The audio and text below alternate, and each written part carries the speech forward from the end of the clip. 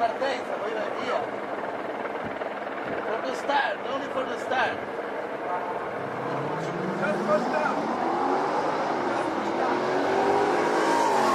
Hello everybody, and welcome to the Imola circuit, where you find more posers per square metre in the paddock than any other racetrack in the world. It's the 25th running of the San Marino Grand Prix on this wonderfully atmospheric circuit, named after Enzo and Dino Ferrari, whose Maranello headquarters is just a half hour's drive away in the car.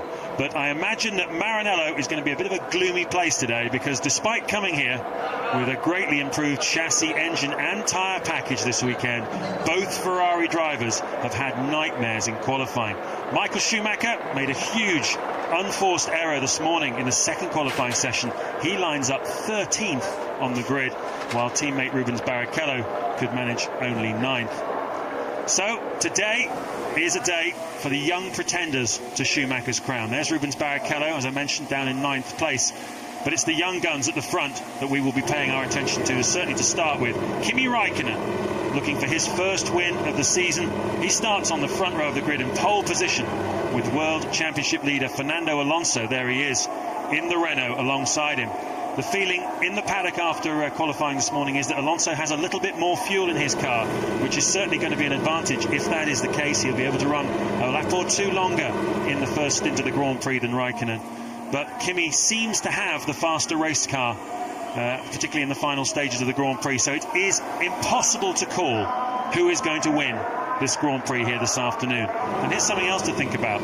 Jenson Button, he also has a great chance. He starts third on the grid today, but significantly, he has a brand new engine this weekend, whereas Raikkonen and Alonso in front of him are both on engines that have done the Bahrain Grand Prix in all that heat and all that sweat and that fuss. So at some point later in the Grand Prix, they're probably going to have to turn the engine revs down a little bit, whereas I'm told, my information is from Honda, that they have told Jenson to go for it. They reckon they can win this race. And I spoke to one or two technical directors. I said, how much are we talking about here if you have to turn the revs down on a car as opposed to not having to? And one or two of them said it's about half a second a lap in the closing stages of the Grand Prix. Now, that might well give Jenson Button a little bit of something to aim for in the final stage of this race if he's in contention. But it's really these three at the front. It's going to be very exciting, isn't it? It is. We heard that Renault was seriously considering changing Alonso's engine last night, so they are carrying that along and hoping and praying. I think, of course, Jenson's engine problems and along with Takuma Sato, they were very specific problems they had with those Honda engines when they let go, so quite clearly it wasn't a rev issue. It's only 62% full throttle around here, but no doubt about it, top-end power makes a big difference. It's all about heavy acceleration, hard on the brakes, heavy acceleration all the way around the lap. Well, we had rain this morning about 7:30 while we were having our breakfast. It was raining here at Imola. It hasn't rained since. The track was slightly damp in parts for the 10 o'clock second qualifying session. It's warm outside. The track temperature is 28 degrees, the air temperature 19. One or two of the teams believe there's a chance of rain at 3 o'clock this afternoon, but standing outside, I'd have to say it feels bright and sunny on your back. It's not that likely. And there is Michael Schumacher. You see, just going out of your frame now, amongst some fairly undistinguished company for him. A very strange, unforced error this morning in the second qualifying session puts Michael back there, and he'll be very frustrated, because on the long runs in pre-practice it showed that the Ferrari is a much faster car than it's been in the first three races. Yeah, and I think it's got the best turn-in of any car out there. It looks on rails, certainly on fresh tyres. I think Michael ran a bit wide at the top at the Variante Alta, the high chicane. Probably got a bit of damp on his tyres up there, and then steamed into the braking zone for Ravazza, and we saw it being analysed earlier on in the show. Just locked the wheels up, locked them up badly.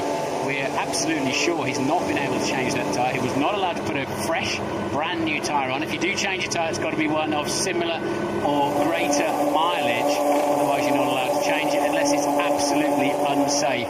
Don't think his would have been unsafe, but it'll certainly be unhelpful. And it's the loaded right front. This is an anti-clockwise circuit.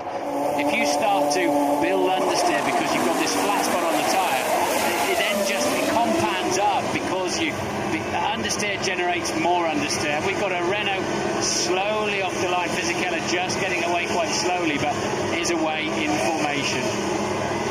Well, this is one of the most open Grand Prix I can remember for a long time in terms of who's actually going to win it here this afternoon. But it's pretty tight as well.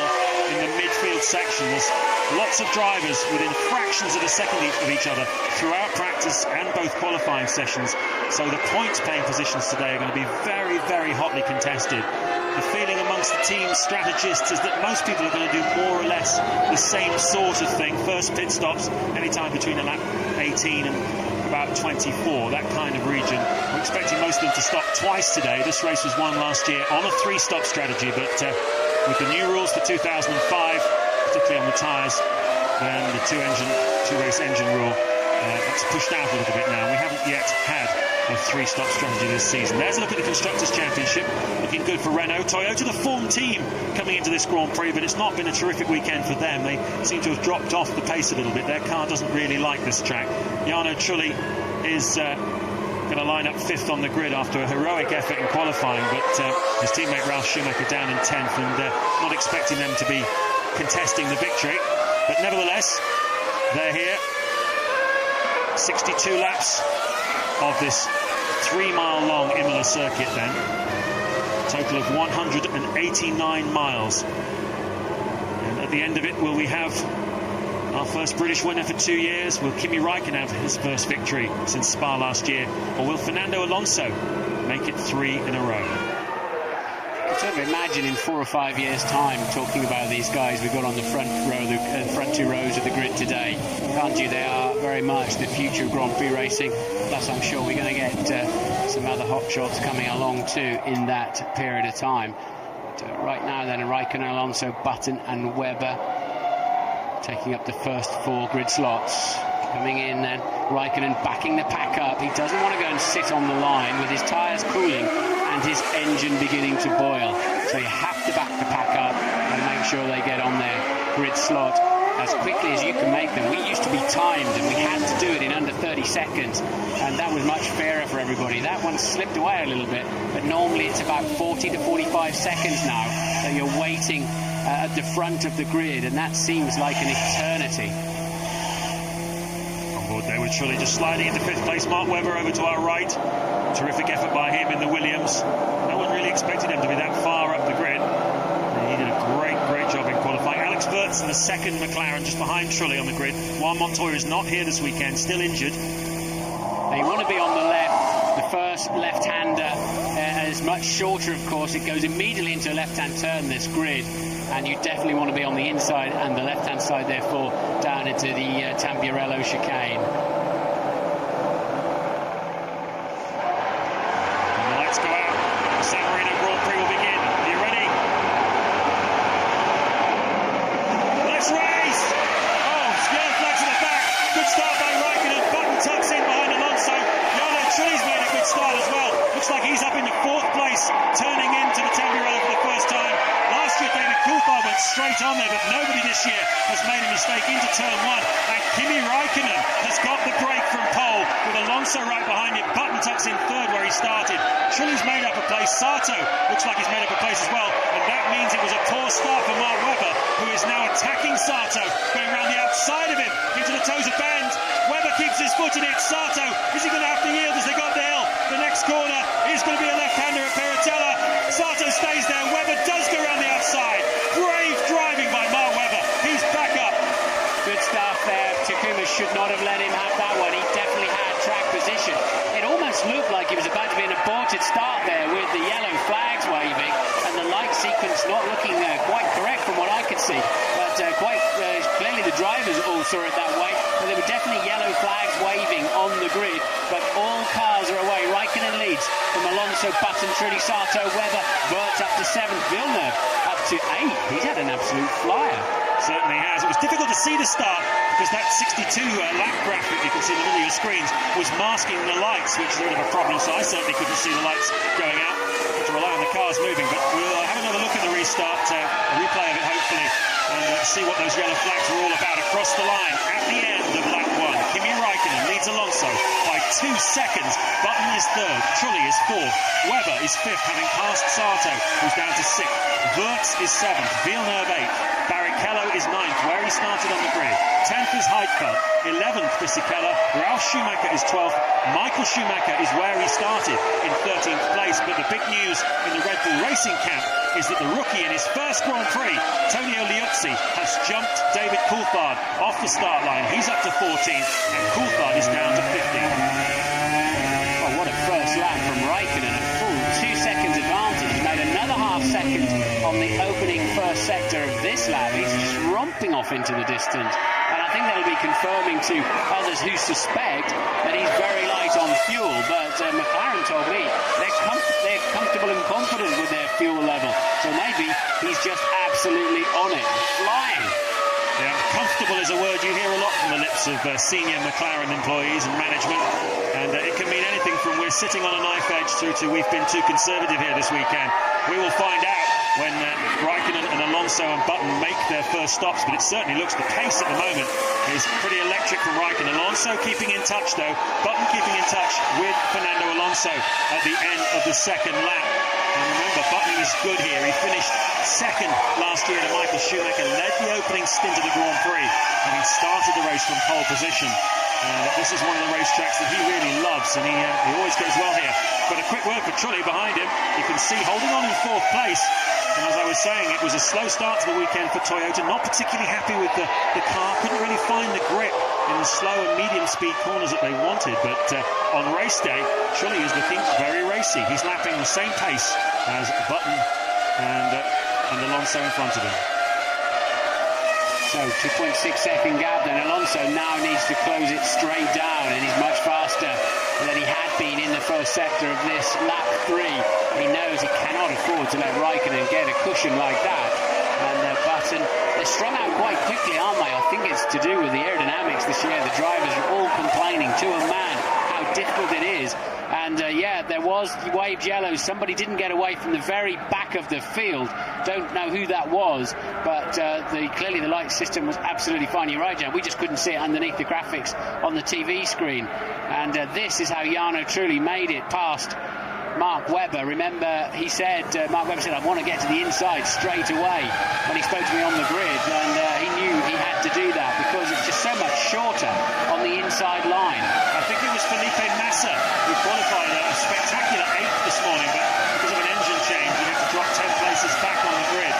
So he was 18th on the grid, and it was him on the pit wall side who didn't get away very quickly. He has got away though. Massa running in 17th at the moment, so just a slight overreaction from the man with the yellow flags, I think, more than anything else. It was interesting actually to see Massa practicing his start going to the grid when they normally want to save the transmission and certainly save the fuel. So they were obviously expecting after that engine change that they had some kind of a setup problem with the clutch, probably the clutch bite point.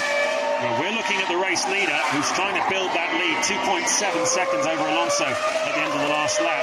But a little bit further back in the battle for 12th place, we've got Ralf Schumacher, who is right in front of his brother Michael, who's trying to get past him. And at the moment, he's finding it pretty tough business. This is the 4th lap that Michael's been trying to get past his brother, and no way through at the moment. Difficult track to pass on this one, isn't it, Martin? It is, despite all the big braking zones. You've got to be close enough coming out of the previous chicane to do something about it, and that's the tough bit. It's not out braking the other driver, it's getting close enough in the first place to be in with a reasonable shout of it. But Jenson Button in 3rd place is going to be thinking, wait for me guys, I'm supposed to be part of this race today. And these two are absolutely flying. Räikkönen a new fastest lap on a 23.3, Alonso a 23.6, Button a 24.9. That's the kind of pace. Jenson Button now 7 seconds adrift on lap 5 of Räikkönen. Well, whatever benefit his engine might give him, his new engine might give him later in the race, the raw pace of the chassis doesn't really seem to be there at the moment at this early stage of the Grand Prix. Jenson, I spoke to him just before the race, he said he was very comfortable with his strategy. He's going to wait and see what the two in front of him did. But certainly at the moment he hasn't got the speed. He's over a second, 1.3 seconds a lap slower than Alonso in front of him, and being dropped Trulli behind him, though, is not a particular threat at the moment. Trulli about 7/10 now, slower than Jenson Button. Mark Webber is 10 seconds behind the race leader. But what's interesting here as we cut to look at Rubens Barrichello in 9th place is this track, it does get strung out very early on. I remember last year, the guys that qualified 4th and 5th, after the first round of pit stops, they were about 25, 26 seconds behind the race leader. It's very, very difficult to make up time here. Yes, but they seem so much closer than this on outright lap performance. But remember, the heavy rain overnight, we've had a Porsche race with harder tyres and heavier cars. We've had the GP2 race won by Adam Carroll this morning, a completely harder and different tyres as well. And so these drivers are still trying to find out where the grip is. And, you know, some of them are going to have much better setups than others for what is a new track condition that's just 28 centigrade on the track, 19 ambient. So completely different conditions to what they've had the last 2-3 races and even yesterday afternoon. So just explain, GP2 is the new Formula 3000, if you like. It's the series below Formula 1. Some very promising young drivers in that. Adam Carroll won the race. Oh, and that's one of the Renaults gone off. Is that Alonso or is it Fisichella? It's Giancarlo Fisichella who's gone off. And we've got yellow flags from 11th place. Fisichella's not having a great time, is he? Here we are, see what happened. Oh, how's he going to lose that coming out of... That's strange. No, that's strange. Wow, you can't believe how easily the suspension breaks, can you? But I'm really not sure how he got over there. It's almost like he had a left rear puncture or something, because that is a very curious accident for Giancarlo Fisichella. It certainly is. It's not really going very well for him. He won from pole the Australian Grand Prix, but since then it's been downhill all the way.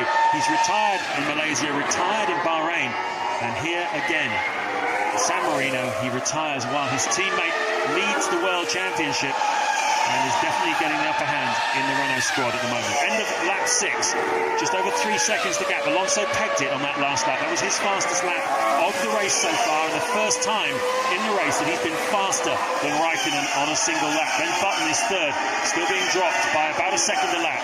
Trulli 4th, Webber 5th, and Sato is in 6th place at the moment.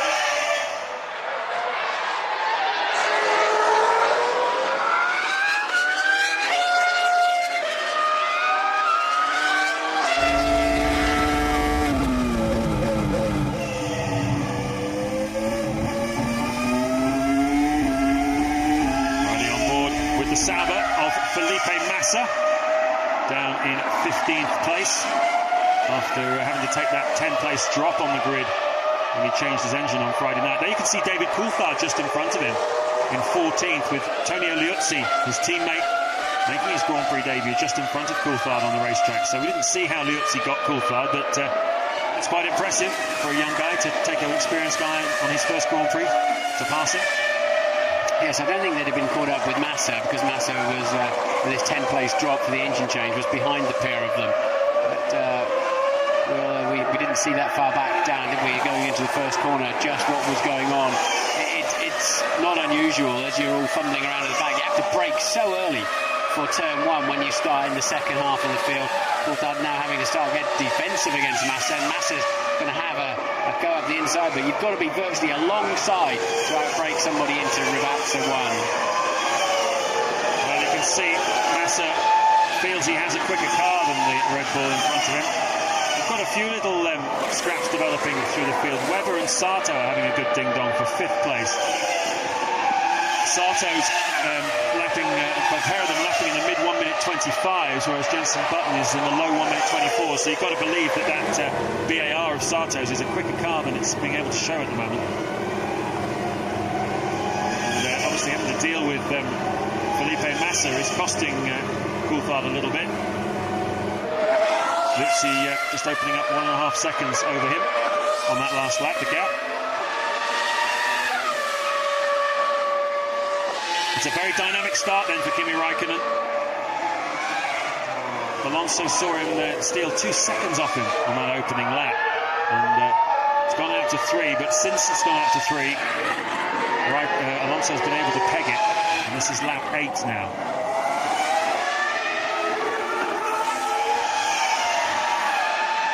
Just looking a bit further down the field, Alex Wurz in the sister McLaren is in 7th place. He's lapping 2.3 seconds a lap slower than Kimi Raikkonen at the moment, so I wonder what strategy he's on.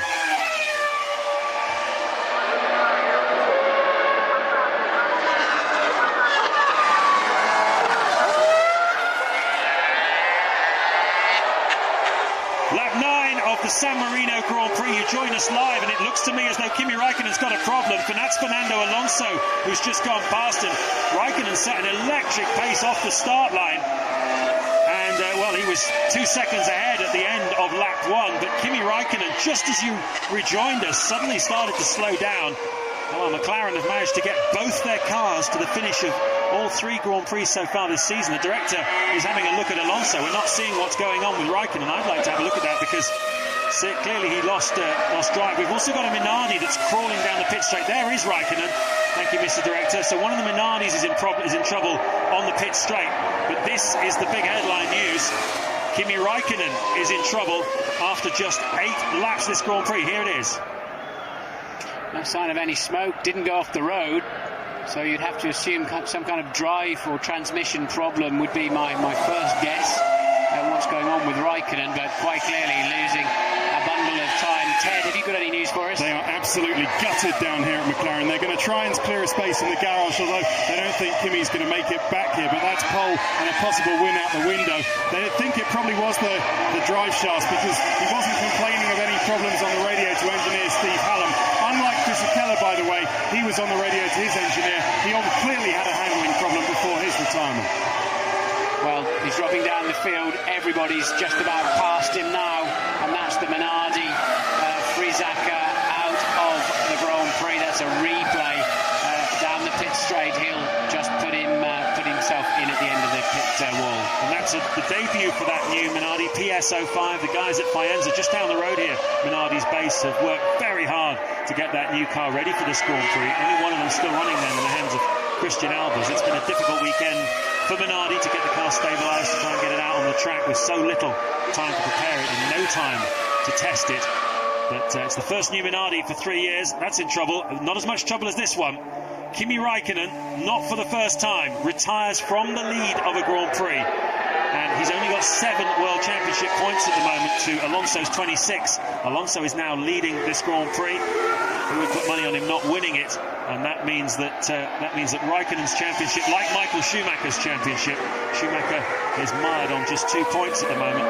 Neither of them looking particularly healthy. It's looking great for Alonso. It's also looking good for this man, Jenson Button, running in second, as he did 12 months ago here at San Marino. And he's got a brand new engine. We know that Alonso's concerned about his engine, but it must be a lovely feeling for him when you know you've only got one more car in front of you. It's invigorated him as well. He suddenly started going very nicely, but he was still half second slower than Alonso on that lap, although Jenson really picking up the pace, and the two of them are way clear of anybody else. Without doubt, further down the field, Wirtz in the second McLaren was 2 seconds a lap slower than Raikkonen. The second cars that are back in the pack, and many of them tucked up behind Jarno Trulli, who's now up to P3. There's quite a long queue forming behind him. Certainly is. He was on the pace in the opening laps, but just recently he's about 0.8 of a second a lap slower than Button. You can see the queue behind him. Webber is there in 4th. Sato is 5th. Wirtz is 6th from the McLaren. 7th is Villeneuve, and 8th Barrichello. They are all within 3 seconds of Trulli, the third place man. So I told you it'd be tight in the midfield. You certainly weren't kidding. Ted Kravitz, what can you tell us? I'm still deep within the McLaren garage. I've got to keep my voice down because Kimi Raikkonen, absolutely furious, has just jumped out of the car. He threw his steering wheel right across the garage. It almost went into the next garage, and he's absolutely furious. But I can tell you, I caught a look at the drive shafts, and both of them were still turning. Both rear drive shafts, both attached to the rear wheels and still turning. So it's looking more like something like transmission or even electrical. It's not a case of the Iceman cometh, it's a case of the Iceman cracketh, I think. Raikkonen throwing his steering wheel, that's strong stuff. Yeah, but he's a young man that expects to win a number of world championships, and his chances are ebbing away. If you look at his points per start, his wins per start, poles per start and all that, he's better than his statistics look, and he knows that it's days like today where he's got the speed, got the skill, and it's been taken away from him. And a lot of frustration, and I can understand that fully. Remember 2003 when he had a great start to the championship. Michael Schumacher was a long way behind him.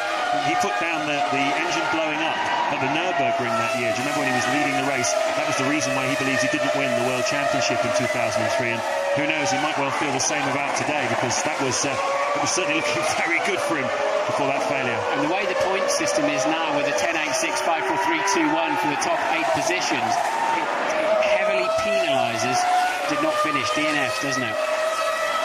Certainly does. So let's have a look at the picture then. What's the landscape look like on lap 12 of 62 here at Imola? Alonso leading by 9.1 seconds from Jenson Button.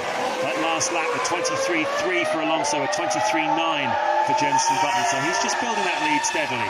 Trulli is third. We're looking at that scrap behind him then. They're 18 seconds behind the race leader. And Trulli lapping in the low 1 minute 25, so 1.7 seconds a lap slower than Alonso. Trulli, Webber, Sato, Wirtz, Villeneuve, Barrichello crossing the line almost together. Heidfeld, Ralf Schumacher with his brother Michael still tucked up behind him, still unable to pass, and now 28 seconds behind Alonso after just 12 laps of this Grand Prix, and that is a pit stop in your pocket as far as Alonso's concerned. Having a good race. We've given him a hard time when he was driving very badly, and he certainly has been, but this weekend he's been on the pace, hasn't he? And he's hanging on to that pack without any difficulty. 7th place then, just 1.1 seconds behind Wirtz, having his first Grand Prix for McLaren since 2000. What a strange feeling that must have been, going down into turn 1. He hasn't driven anything else either, to my knowledge, in that time. He's just been a very loyal test driver. And I spoke to Pedro Della Rosa on the grid, who drove so brilliantly, as we saw back in Bahrain. I said, I kind of feel sorry for you a bit, but what do you think? He said, I think the team had a moral obligation to Alexander to give him a shot here this weekend, and that's fair enough, which is very, very sporting of him. Certainly is. We're expecting Montoya, who's got a broken bone in his shoulder, to come back at the Spanish Grand Prix in 2 weeks' time in Barcelona, when McLaren are promising a much faster car. They've got a lot of aerodynamic parts and other electronic parts coming on the car, and their big step, their big upgrade is scheduled for Barcelona. So if you thought they were quick here, you wait till you see them in Barcelona in 2 weeks' time. Wirtz, though, as you say, he knows these cars so well in his years since the end of 2000 when he joined McLaren. He's done over 50,000 miles of testing for McLaren. It's really is an enormous workload that he's put in.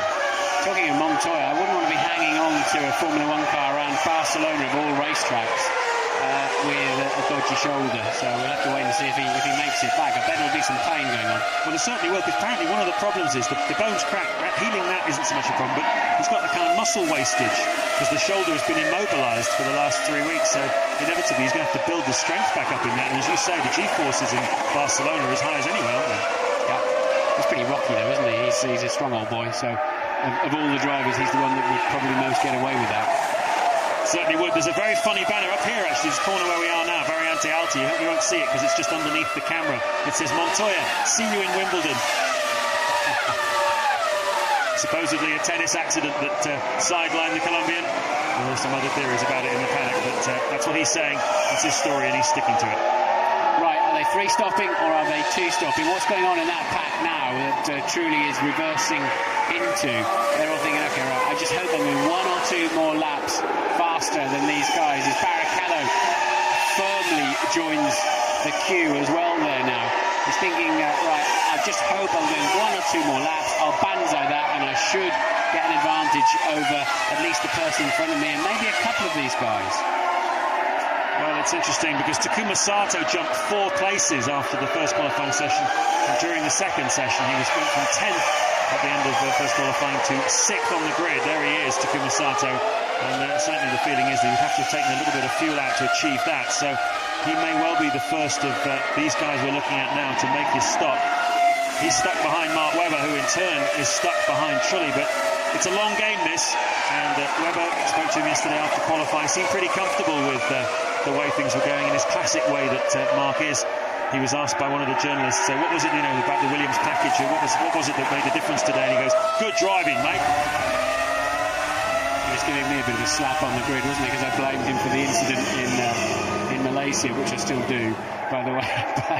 And Alonso then just got over the line in a 23.7. And Button goes over in a 1 minute 23.5. The gap down to 9.2. This is a 2-horse race, and none of them are painted red and prancing.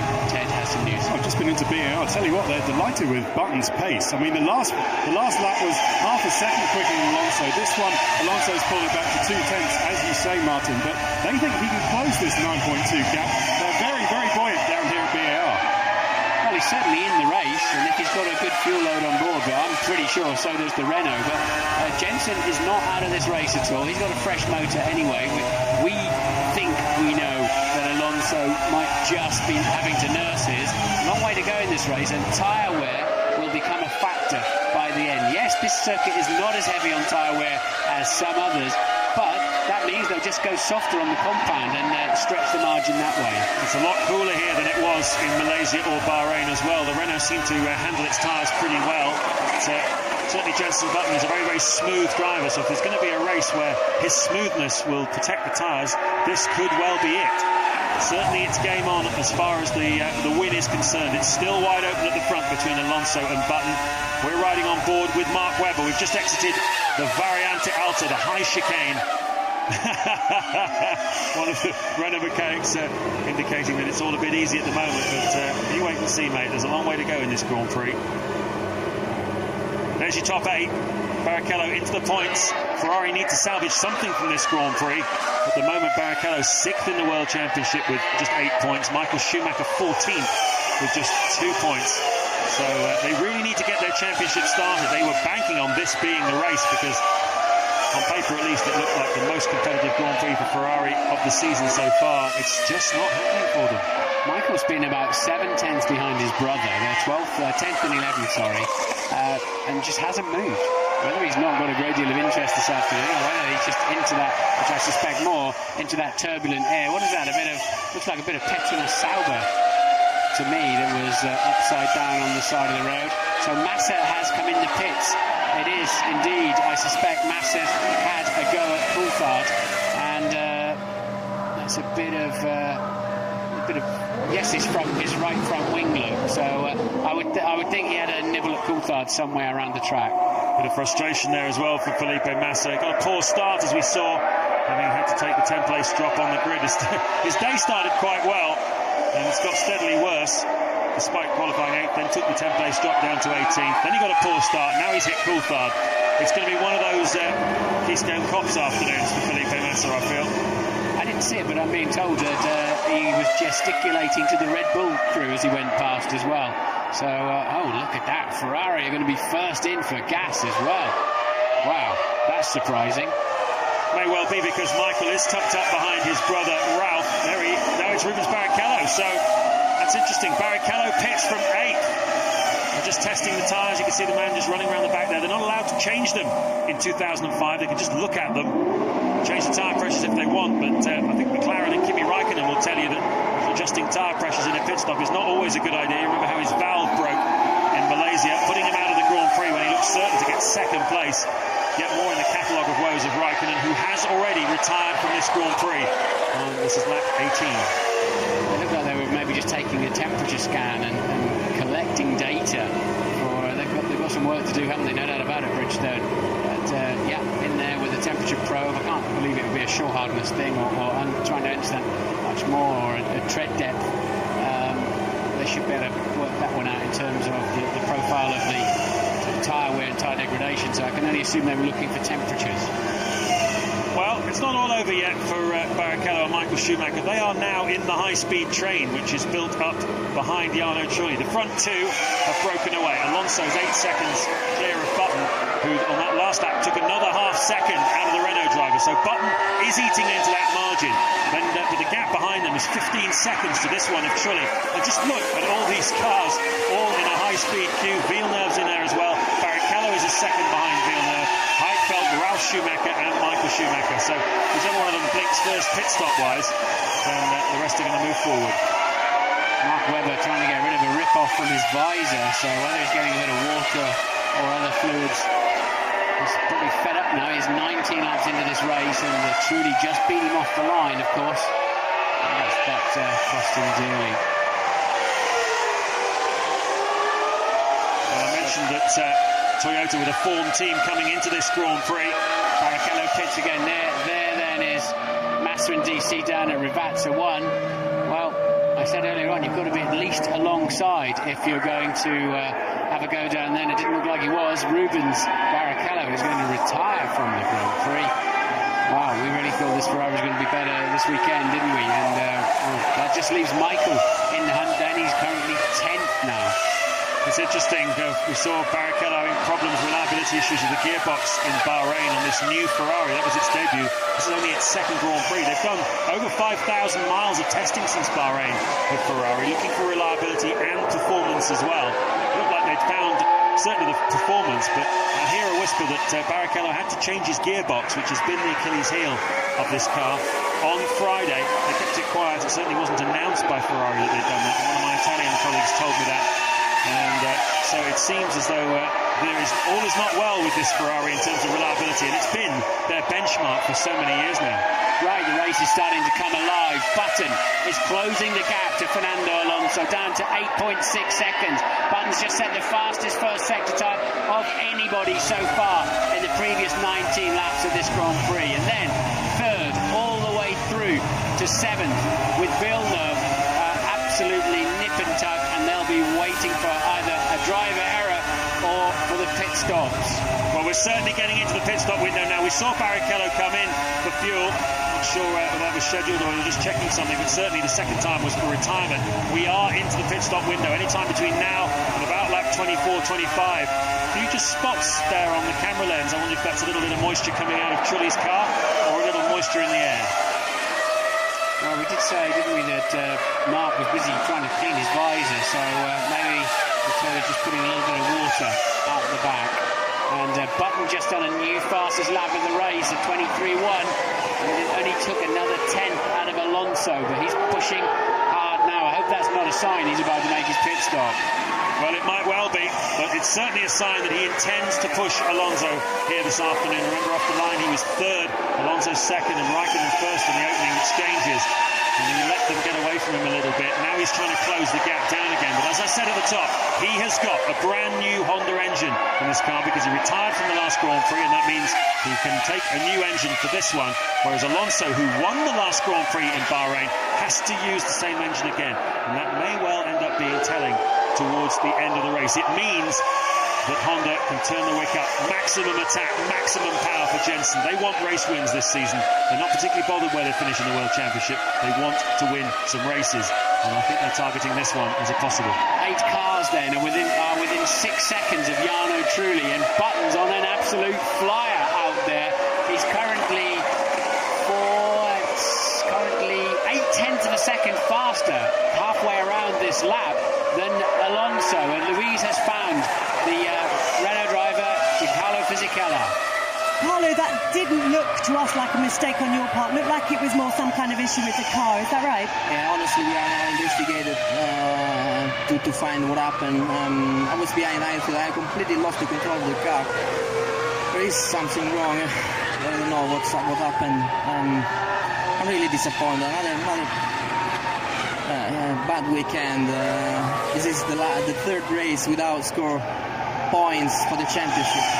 I'm really disappointed, but we are good.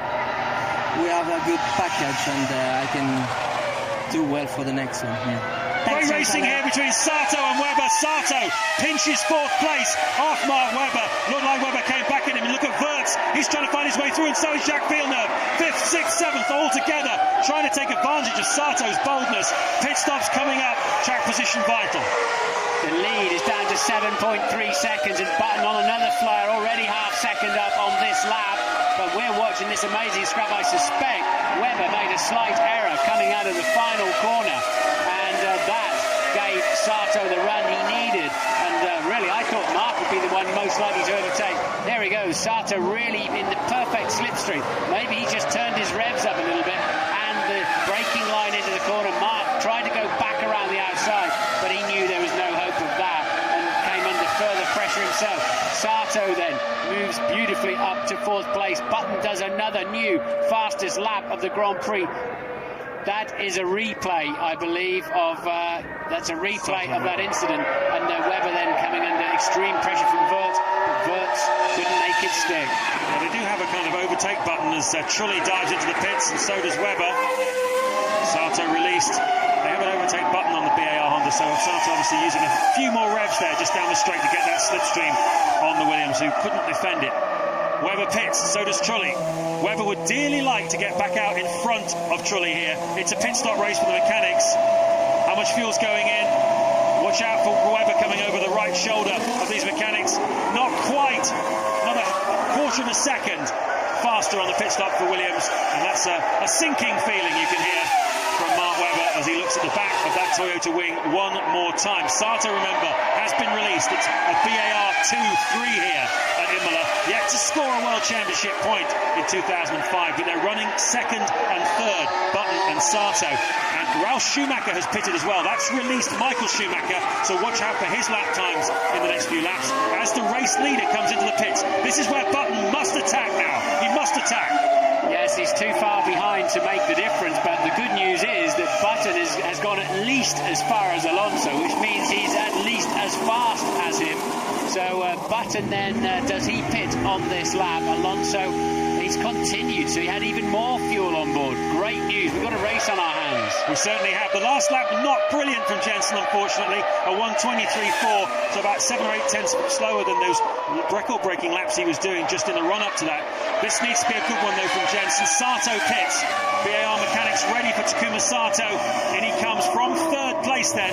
Villeneuve has pitted as well from sixth. It's all happening down there in the pit lane. Load of fuel going into that BAR Honda. That'll take him quite deep into the Grand Prix. But when is Button going to pit, and how much of a gap can he make up on Alonso in this time that he's got allowed now? If he can go a couple of laps and really put the hammer down, he can put himself into contention here for the race win. Michael Schumacher does a fastest first sector. Look, and they're just all rejoining in the pack there. And that Villeneuve tucking in between the two Red Bull Racings, whereas his competitors managed to just clear that. You can see, although they're full of fuel, you can see Trulli and Webber managed to get out in front of the Red Bulls, who are yet to stop. But crucially, Michael Schumacher's just done the fastest first sector, and he's still out there on his initial load of fuel, and now he's done the fastest middle sector. It's suddenly playing into Michael's hands to get him up into the points, and Button pits. Ted is there. And they're adjusting the pressures on the front tyres, just a small adjustment. The stop going well otherwise, enough fuel for a two-stop strategy. That's a great stop from BAR, 9.6 seconds. Alonso's was 8.9, so a bit longer for Button. Yep, Alonso's gone down the main straight to resume the lead. Michael Schumacher is on target to set the fastest lap of this Grand Prix so far. But the problem for him is when he makes his stop, a 1:22.2 it is for Michael Schumacher. When he makes his stop, he's going to rejoin behind Sato, Villeneuve. The crucial thing for Schumacher is to get out in front of Jarno Trulli. If he can do it, depends how long he stays out now. This is crucial for Schumacher. Yes, he's just behind Alexander Wurz, who also has yet to stop, so he did a great job in qualifying too. We don't know how far his teammate was going, because of course Raikkonen has broken down with suspected transmission problems, and he's out of the Grand Prix. But crucial stages then. Michael Schumacher's got a great chance here to leapfrog several cars. So has Wurz. Absolutely, because they were all so close together, there was such small margins between them, and he's now free and he's liberated to try and do some lap times. He's going to run into Wurz fairly soon, of course, but here in fact he is running into Wurz. But this is an important part of the race for Michael Schumacher. He's going to get anything out of it here this afternoon. Fastest first sector of all for him. Now he's caught up with Wurz, and he's not setting that same blistering pace anymore. They have tripped over each other before, haven't they, in Monaco, and Wurz was a Benetton driver. Or was it Renner then? I can't remember. I think it was Benetton, wasn't it? Yep, they have tripped over each other. That's good news for Michael, isn't it? Wurz pits. Schumacher continues. He's going a long way into this race, Michael Schumacher, on the fuel with which he qualified. 26 laps now. We are on lap 26. Into the pits comes Wurz. You can see Red Bull Racing there, getting ready for their drivers. Liuzzi has not stopped. Coulthard has not stopped either. Liuzzi up to 8th then on his Grand Prix debut as Wurz makes his exit. Villeneuve sandwiching those two Red Bull Racings in 9th place. And who was that coming along? It was Sato, wasn't it? So Wurz has got ahead of Sato, and that means Schumacher may well leapfrog the lot of them, because Sato was the one lined up next to overtake Trulli. Can Michael Schumacher go as far as leapfrogging Trulli. So really coming into play for Schumacher at the moment. That's going to be fascinating when he goes out. He's still absolutely flying. A bit of a tweak on the front wing for Coulthard. We don't know which way, but obviously to try to improve the balance of that car. Here then is Schumacher. Yep, on target for the fastest lap of the race so far. You heard Ross Brawn telling Ted Kravitz before the start, let's see what happens when the pit stops start. Michael will be in great shape then. He wasn't wrong. Michael's in fantastic shape now, on target to get it out in front of Wirtz and maybe out in front of Sato. What about Wirtz? We'll have to wait and see. But this is going to jump Michael Schumacher well up the order. No wonder they were gutted when he went off on his hot lap. How much fuel was there? They knew how much fuel he got on board, and he was still looking very much on target to be in the top two rows of the grid. And this is why De Montezemolo went out the back of the pits, and everybody was in despair. They had a great package out there than when Michael outbraked himself into Rivazza. Michael's just done a 1:22.070, fastest lap of the race so far. That's 1.3 seconds slower than the fastest lap from last year, to give you some idea of how much the new rules for 2005 have slowed the cars down. But more crucially, this is lap 27. He's already gone 4 laps longer than Fernando Alonso, and now he's closing up behind the BAR. Jenson Button. Button, of course, has got extra fuel on board. It's his position. He'll not be letting Michael through easily. Surely Michael's got to come in soon. Button will try and hold him up as long as he can. I think Michael's going to end up P3 when this first round of pit stops are finished. Well, he's P3 at the moment. Button is second. Alonso is leading. The Ferrari mechanics are out in the pit lane for Michael Schumacher. So there we are, you see. He's due in any time now, and that means he's going to drop back about 20 seconds off the back of Jenson Button. But he's shown in just this brief interlude that this Ferrari is very, very quick.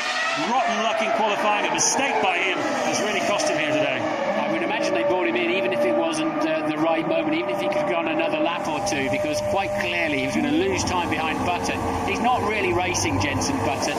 He's racing the rest of that pack that were tucked up behind Jarno Trulli, because Alonso and Button were too far out front. The gap is now 9.1 seconds. Where does he feed back into the racetrack? Way ahead of them, doesn't he? Alex Wirtz is coming down the main straight. Schumacher is up to speed. He has jumped Sato and Wirtz. There goes Wirtz in the background.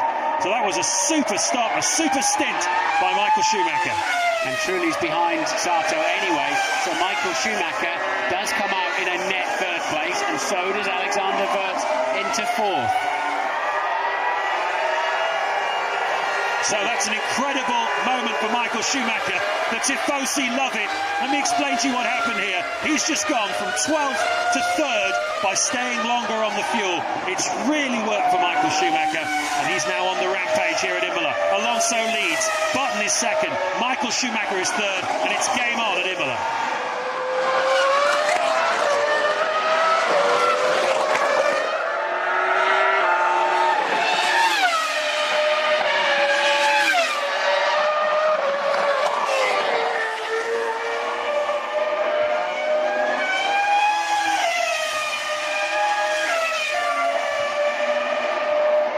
Certainly a spectacular illustration of the advantage of being able to carry a little bit more fuel in second qualifying. If you can still get a lap time out of the car and get yourself a reasonable way up the grid, carrying the more fuel, you can see how many cars you can jump. That's because all those cars were so concertina together. It gave Schumacher an opportunity. He'll thank Jarno Trulli for that. Everybody backed up behind Trulli. Schumacher up to third then, 31 seconds behind race leader Alonso, but with an empty track in front of him, and 34 laps in which to try and close down the gap to Jenson Button and Fernando Alonso. Button now 9.7 behind, as you can see, so just 22 seconds ahead of Michael Schumacher with 34 laps to go, and we'll be monitoring their lap times very closely. What's Button lost? He's lost 3 seconds really since the final phase, hasn't he, of the first round before they refueled. And once again, on heavier tanks, he's quite a bit slower than Alonso. Sato will be scratching his head. You'll wonder how he ended up so far behind, won't he? He's a full 6 seconds behind. Michael Schumacher, a man who was 4 or 5 places behind him not so long ago. Absolutely. He did 2 laps less on the fuel, basically, than Alex Wurz. That's certainly a big part of the story. And he did 4 laps less than Michael Schumacher. It just shows you what an advantage it is if you can carry a bit more fuel in qualifying. There's Jensen. Lapping in the mid 1 minute 24s. Michael Schumacher, though, that last lap, a 1:22.7 with a full load of fuel. Yeah, and I tell you what, he's only 20 seconds behind Jensen. If he carries on at that rate of knots, he will bring himself up to the back of at least Jensen, if not Alonso. Mesmerising pace for Michael Schumacher. He's just taken on a load of fuel, and he's done a lap 1.7 seconds faster than the 2 guys leading this Grand Prix.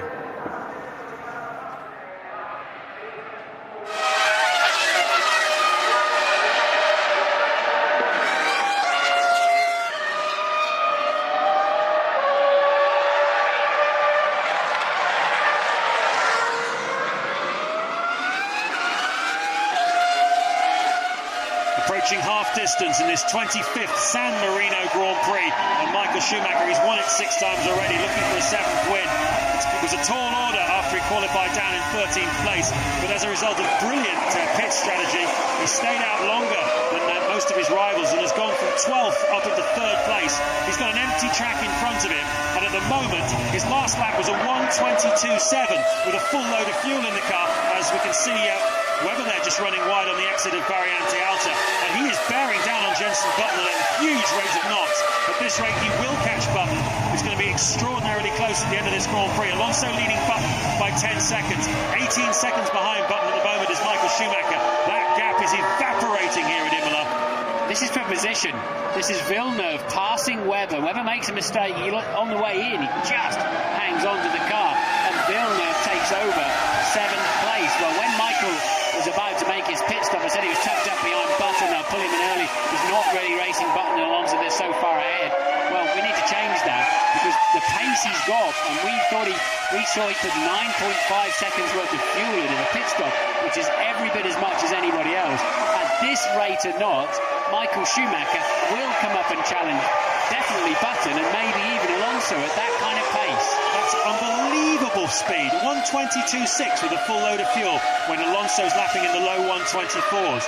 Absolutely astonishing pace from Michael Schumacher. He's keeping it going as well. He's 0.3 of a second faster than them in the first sector, and another 0.7 faster in the second sector. So he's already a second faster than the 2 cars in front of him, just after 2 sectors on this lap. This is quite some running by Michael Schumacher here. Just give you a rundown then. Alonso leading, Button 2nd, Michael Schumacher 3rd, Wurz 4th, Sato 5th, Trulli is 6th, 7th is Villeneuve, having made that pass on Mark Webber. So Webber's slipped down then from 4th down to 8th over the course of the last 30 or so laps. A few mistakes here and there for Webber, one in front of Sato, another one in front of Villeneuve, costing him dear. And there was a chance of a podium here this afternoon for him. He's now got his teammate Nick Heidfeld behind him. There is Heidfeld with Ralf Schumacher just behind him. Look at that. Michael Schumacher was tucked up behind Ralf Schumacher before that first round of pit stops, and he is now 27 seconds in front of him. That's how much time he made up. Well, it just shows you also the pain they have in the turbulence, doesn't it? I mean, we were commenting earlier on how he couldn't get within 3/4 of a second of his brother for 20 laps, and all of a sudden he's pulled out that kind of advantage. Slow-mo replay, don't know if this turns into a problem for Michael or just a demonstration of how much movement and how aggressive it is on the transmission, particularly when you launch across those curves with your foot buried on the throttle, particularly at Tamburello, the first chicane. So we've got just over 30 laps to go, and Michael Schumacher at this pace can win this race. Ted is at Ferrari. Now, we may hear from Rubens later with Louise, but it's a problem, electrical problem, that they've never had in testing with this Ferrari F2005. Still not reliable. Yeah, Rubens Barrichello out of the Grand Prix. The other high-profile retirements, those of Kimi Raikkonen and Giancarlo Fisichella. So 3 big names out of this Grand Prix. Also, both, 3 Arisaka as well, the Minardi driver, is out, and we're being told that Albers in the other Minardi is retired as well. So both of the Minardis on their Grand Prix debut, the new cars are retiring. It's a shame for the Minardi fan club down here at Tosa Corner. They've come from all over the world, even as far as San Francisco, I'm told, to cheer on the local Faenza-based Minardi team. But at the moment, they're finding something else to cheer about, because this is a demonstration of why Michael Schumacher can never ever be discounted, however bad a mess he makes at qualifying. Was he ever on it or what? I mean, he was 1.8 seconds quicker than Alonso. I wonder if they'll be on the radio to Alonso now. He's under threat. He doesn't realise it. He's 25 seconds in the lead watching Button. He is under threat from this guy who's just leagues ahead of anybody else. Louise has found Rubens. Maybe he'll know something about this too. Rubens, it just hasn't happened for you this weekend, has it? Yeah, no, this weekend was better than the Bahrain one in a way, because it was raining, but it's we still have some other problems that we have to see. Reliability hasn't been very good lately, so I'm disappointed, because the car was good on old tires. That's what I was hoping, but my tire was getting old, so I never got there. Well, the car is definitely looking brilliant at the moment in the hands of your teammate. He's absolutely flying out there, isn't he? The car is good. I mean, there's a lot of fuel on board, and he's still going very fast. So it's really a pity that we don't have two cars out there. Thanks, Rubens. Well, we wondered about a flat-spotted front tyre. We wondered about whether Michael was really motivated right back there, stuck in a long queue. And he obviously just decided not to bother until he had some clear air. He knew he was either going to trip over somebody or was just going to use his tyres up too quickly. He's been biding his time and then unleashed some kind of incredible performance, which he's continuing. Another 1.9 he took out of Alonso's lead that time. Wirtz is making himself a bit of space in fourth place, but already 11 seconds behind third place man Michael Schumacher. The best scrap at the moment, 7th and 8th, Villeneuve and Webber. Well, just 4 laps ago he was 19 seconds, Michael Schumacher, behind Jenson Button. He's now just 13 seconds behind him, and at this pace he's going to catch him in about 7 or 8 laps time. We've still got 28 to go, and don't forget, another pit stop to come as well. Michael Schumacher, Fernando Alonso and Jenson Button duking it out here at Imola.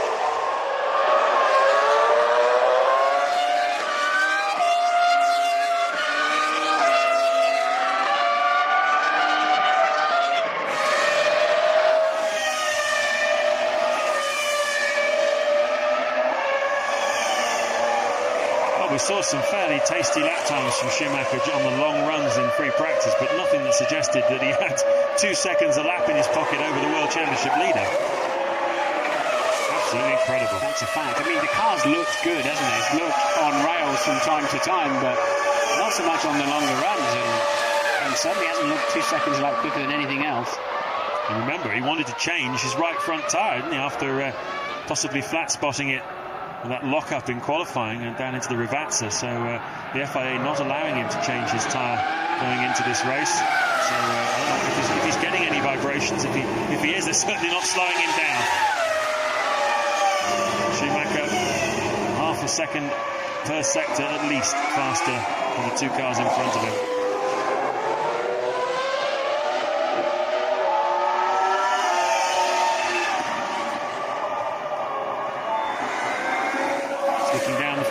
Good scrap for 6th place. Once again, Jarno Trulli with a queue of cars behind him. Jacques Villeneuve is in that queue, having by far his strongest Grand Prix for the Sauber team in 7th, ahead of Mark Webber. Pinched that place from him a few laps ago, as we saw. The Ferrari mechanics there just beginning to believe that they can win this race. And certainly if Schumacher can keep this pace going, there's no doubt they're going to win this race.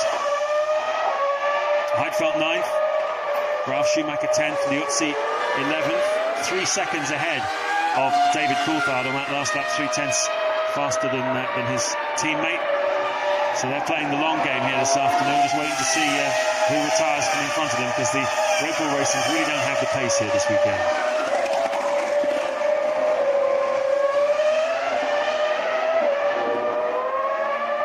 Liuzzi and Coulthard still slugging it out, 11th and 12th, pretty soul-destroying back there. Even with 8-point scoring positions now compared to 6 that we used to have. If you're in that position, you think, unless I'm real lucky with unreliability of other drivers, we're going to go home hot, sweaty, tired, frustrated and with 0 points.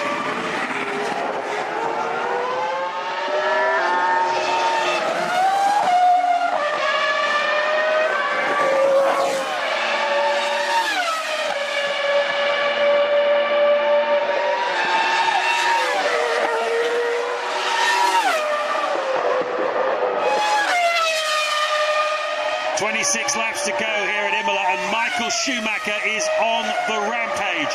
He's a raging bull here in a car which didn't qualify all that brilliantly because of his mistake. He carried a lot of fuel into this Grand Prix, went further than anybody else, jumped up from 12th to 3rd as a result of staying out longer into the first pit stops. And just look how the crowd is up on its feet, cheering him on every single time he goes through that Tosa bend. They know and they can believe this dream could come true from such an unpromising position. 13th on the grid, Michael Schumacher, if he can keep this going, can win this Grand Prix, can beat Alonso, can beat Button here, because he's lapping 2 seconds a lap faster than the two of them up front. Absolutely extraordinary. Well, the key thing is, when will he catch Button, and will that hold his progress? He's now just 7.4 seconds adrift. That's barely 3 laps. So Button will not be pitting in the next 3 laps of fuel, I wouldn't imagine.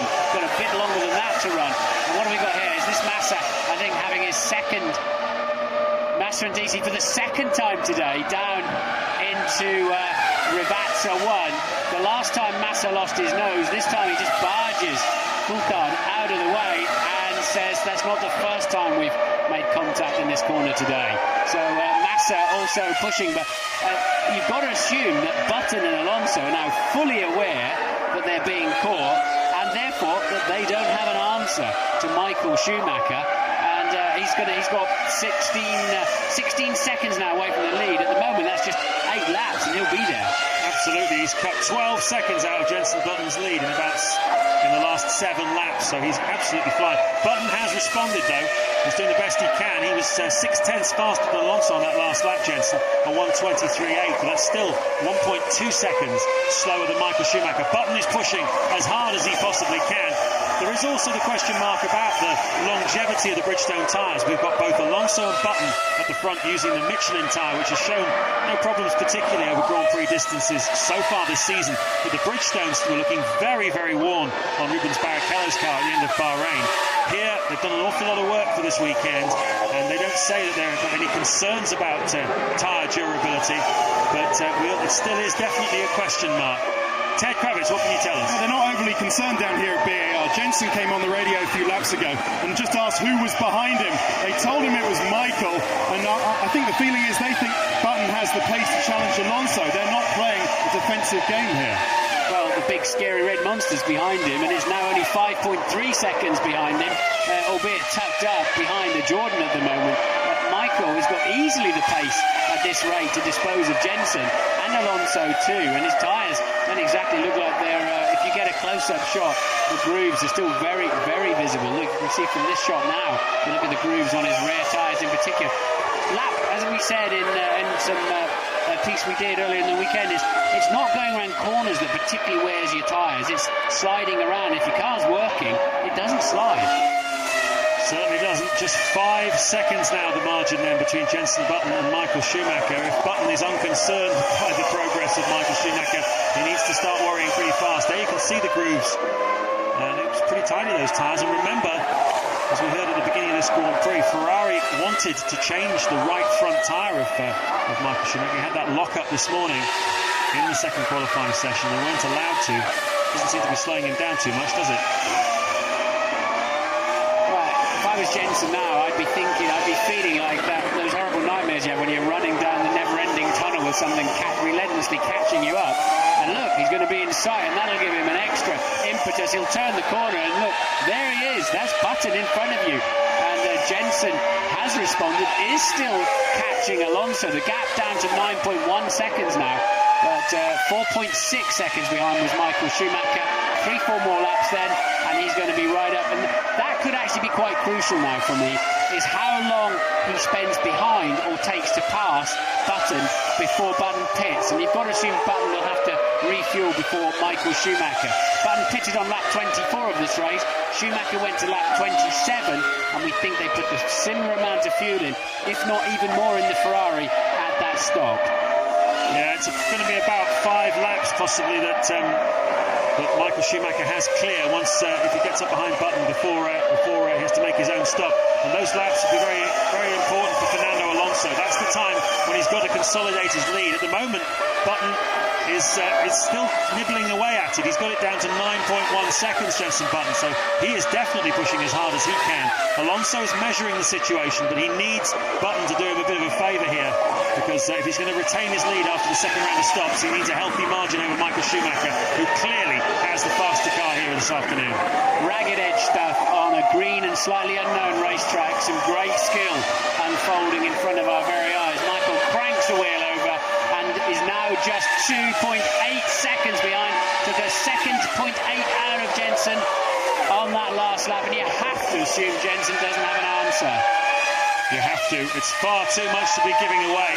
And this pace from this Ferrari, well, that's more dominant than anything we've seen in the last couple of years. Ominous is the word I was thinking of for the rest of the season, because it's just blowing the lot of them away. It's incredible. Well, it is, but of course the thing is, even if he wins here today and Alonso is second, Michael Schumacher is still only taking 2 points out of the Renault driver's 24-point lead over him in the World Championship. So he's going to need some races where Alonso doesn't finish if he's going to get on terms in the World Championship. We've got a long way to go. This was always expected to be one of Ferrari's strongest races of the year, because it has been historically over the years, and particularly for Bridgestone, the tyre manufacturer as well. It didn't look too clever in Bahrain and Malaysia, but they look very clever indeed here at Imola.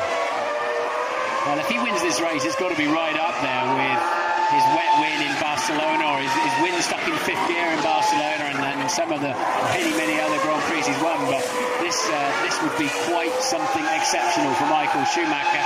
And you have to say, he's on target, although Alonso's down in the low 1 minute 23s now. That's still not anything like the answer he needs to give. Plenty of brake dust pouring out of the back of that Renault, and the crowd in the grandstands underneath our commentary box on their feet. They're now understanding what's going on. They're sensing a victory here at Imola for Ferrari. This reminds me of back in 1987, I think it was, at Silverstone. Nigel Mansell chasing down Nelson Piquet at Silverstone in the closing stages. He passed him at Stoke Corner. The crowd was willing him on all the way. When he passed him, the whole place erupted. Here we are in Italy. They want Ferrari to win this Grand Prix, and look at them, they're up on their feet. They're loving every second of this. Schumacher's just a second and a half behind Button. Let's monitor the gap to Alonso as well. Just over 11 seconds Michael is behind Fernando Alonso, with 21 laps of this Grand Prix to go, and everybody has one more stop to make. Ted, what can you tell us? Just checked in with BR again. They're still not telling him how close Michael is behind him. They're still giving Jenson the gaps to Alonso, but I think their feeling is that even if Michael does get, or rather when Michael does get right up behind him, he may not be able to pass him, because they're on similar kind of paces. Well, that may be the case, and I guess as Alonso pits then, so Button will lead the Grand Prix with Schumacher. He was 1.5 seconds adrift. Let's see where he is as Alonso goes into his man-made, made of men, pit garage. Button goes over the line. The gap 0.9 of a second then now, so he really is under pressure. Clean stop for Fernando Alonso. I think he might be shocked at the end of this second and final round of stops to find himself no longer leading this Grand Prix. It's distinctly possible. That's a bit too early for Alonso. Wouldn't have wanted to stop as early as that. Fuel prediction says 17 laps, so I don't think that would be any use to him, because there's 20 still to go in this Grand Prix. I think 20 laps of fuel at least is probably a more accurate prediction. He's not going to come in again. But look at this. Michael Schumacher is right up behind Jenson Button, but can he get past him? That's the question. Button's going to have to use all his defensive skills now. Let's look at the psychology here. Michael needs to kickstart his World Championship. Jenson Button needs to win a Grand Prix. Alonso needs to protect a very healthy lead in the World Championship. So he'd probably rather than stretch his engine or make a mistake, hit to settle for second today rather than no points at all. It's Button's the man who really desperately needs that first Grand Prix victory. But has he got any defence for this flying Ferrari?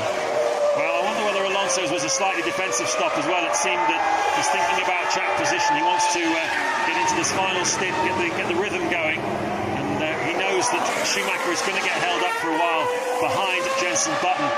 How long will that be? That could be the key to this Grand Prix? Well, the Ferrari's way better under braking. He's got far more confidence under braking, so that's where he's going to do it with Jensen. And we've closed up another 20 metres. You were on board just looking over Michael's front wing, and if he gets a sniff, he's got so much more confidence on the brake pedal. Well, he's got about 4 or 5 laps before he has to make his stop, Michael Schumacher. And once Jensen Button goes into the pits, he pitted shortly after Alonso last time. Alonso is 11 seconds behind Button and Schumacher at the moment. If he can keep any sort of pace up, it's going to be very, very close between him and Michael Schumacher when Schumacher emerges from his second stop. That's going to be the key to who wins this Grand Prix this afternoon, unless, of course, anything happens between Jensen Button and Michael Schumacher when Schumacher attempts to pass. See, this is the zone I was telling you about, the moment of how long does Michael stay behind Jensen. They've now dropped straight back into the 1 minute 24, so it's costing Schumacher 2 seconds a lap. This could just let Alonso off the hook, and if he's got track position, then he's got a great chance of somehow keeping the Ferrari at bay. So key area of this Grand Prix going on. Well, he had an 11-second lead over Michael Schumacher before he made his pit stop, did Fernando Alonso. As you say, if Schumacher isn't able to use that 2 second lap advantage he had before, then he won't be able to close that down. 18 to go here. Well, they say that what makes a champion is not only superior skill, but superior nerve. And this right now is going to be a great illustration of that. Has Button really got what it takes? And what's got Michael Schumacher got in his locker of tricks? Surely they'll turn the wick up, give if they've got any left, as they come up to lap David Coulthard. Coulthard just clears quickly out of the way. And there you see, Michael's in that 7/10 zone, the dirty, turbulent air that has worked so hard over the surfaces of that BAR. And as they leave the car that's given Jensen the downforce, they give Michael the turbulence. They've changed the aerodynamic rules for this year. The front wing has come up, and all the drivers reporting it makes the car much more nervous when you're following another car. 6, 7 tenths of a second, as Martin said, is that zone where once you're there, there's very little you can do. You can't really get any closer because the air doesn't come over your car anymore, and you just go straight on when you get to the corner. So you've got to sit there and think about it, but he's going to have to try and do it under braking somewhere. The people there in their houses, Imola, pretty unique as a racetrack in that people's houses actually overlook the racetrack. They're out on their balcony, they're loving this. The crowd in the grandstand are on their feet. The crowd down at Tosa are on their feet. This is Grand Prix racing at its finest. Well, there he goes round again, but Alonso doing 24s on his fresh tank of fuel. Button doing 23s, so I think this is letting Alonso off the hook very nicely. Michael almost falling back a little bit now. The Ferrari crew are ready. It must be for Schumacher. Barrichello is out of the race, so he didn't get any more fuel in than Button. Button's gone well here, so Alonso might just be okay. Well, if Ross Brawn is trying something a bit different, he's certainly got enough fuel, Michael Schumacher, to go on for quite a few laps yet. But Brawn is obviously doesn't want Michael Schumacher to have to pass Button on the racetrack, although we'd all love to see him try. You can't help but feel they should have pitted Michael as soon as he caught Jensen, and then the pair of them caught some traffic too. You can't help but feel that was the moment to get him in, because he only needs one more stop. They can easily fuel him to the end of the race, and he's struggling to hang on now. Yeah, but track position is absolutely vital, isn't it? And certainly the way to have done it would be for Michael Schumacher to have got some clear air, put some quick laps in, and then re-emerge from his own late second stop in front of Alonso. It doesn't look like he's going to have that luxury. It does seem as also as though the handling of the Ferrari isn't quite as sweet as it was a few laps ago. Is he going to dive into the pit lane this time? No, he doesn't. Across the Traguardo they go. Painfully slow, 60, 70 miles an hour, picking up the speed then across the start-finish line, 180 miles an hour. The Foxes after the chickens on the way down to Tambirello. Hard on the brakes, 70 miles an hour, 100 through the middle of it. Picking up the pace, Schumacher a few car lengths behind Jensen Button. 16 to go here at Imola. Jensen 9/10 quicker than Alonso on that lap. So where was he? He was about 6 adrift, wasn't he, when Alonso pitted, or was it near a 10? I don't think he's got enough laps and enough of an advantage. Alonso is going just about fast enough to maintain that lead in the low 1 minute 24s, Button in the low 1:23s. It's going to be close. Oh, and there's traffic coming up too, and they're busy squabbling. The two Williams are squabbling for position. They're down in 10th and 11th places. So, and going to catch Michael and Jensen out badly. What's happening down there? And Michael takes the position. It's really, really hampered Jensen. The Williams on the grass of Webber. No, you've just got to get out of the way. You're being lapped now, and they do get out of the way. How badly did that work out for Jensen Button? Well, he was looking at the Williams ahead. He was thinking, obviously, about what he was going to do about it. Michael Schumacher sniffed the opportunity and went for it, and the Ferrari mechanics have returned to their pit garage. They no longer need to come out and try this stop because Michael Schumacher has overtaken Jensen Button, and it's game on. And now Alonso is the one who has to be worried because he's 12 seconds behind Michael Schumacher, who has quite a few laps of fuel left in his car. He needs 20 in his pocket to make a stop and rejoin in front of Alonso. Watch Michael Schumacher go. Well, it worked beautifully for Michael. Wrong-footed Jensen completely. Those squabbling Williams that were being lapped. We didn't really quite see what disadvantaged Jensen at the foot of the hill. But better to be born lucky than rich. It's just the perfect timing for Michael Schumacher. I think the Ferrari boys came out to try to dupe VAR into an earlier stop. But that's freed him up now. How far can he go? Wirtz is pitted from a comfortable fourth place.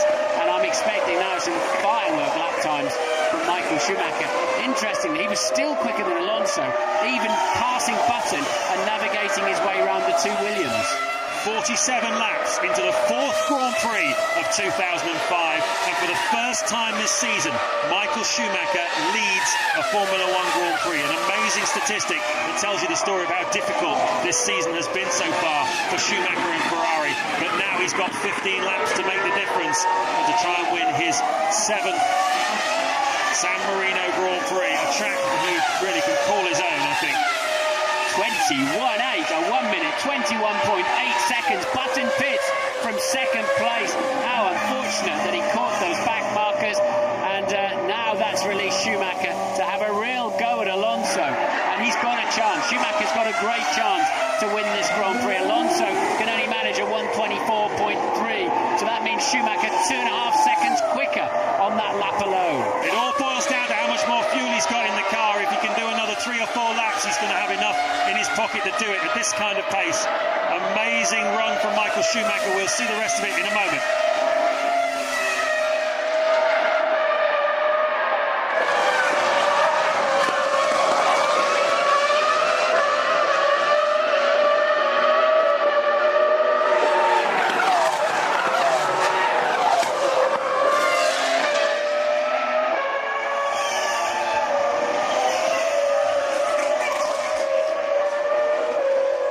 So let's look at the first sector. Schumacher 0.7 of a second up in just 24. Another 0.7 up in the middle sector over Alonso. It's just hand over fist, isn't it?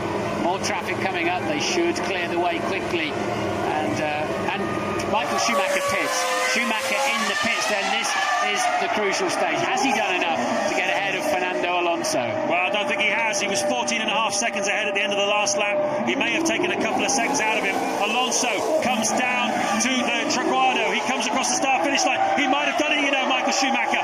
Alonso crosses the start-finish line now. There he is. No, he hasn't. Alonso rejoins in the lead. Schumacher is second. That's just a lap or two short for him. And Alonso retains the lead, but we've still got 13 laps to go here. And, well, he's going to have to do it by passing him. Yeah, well, we know he's faster. They've obviously got exactly the same fuel to the end of the Grand Prix. They're both on used tyres. So it's all about who's got the faster car. Can Michael get through the turbulent air of that Renault? He needed back markers to get him past Button, and Alonso's got a slightly faster car, it has to be said.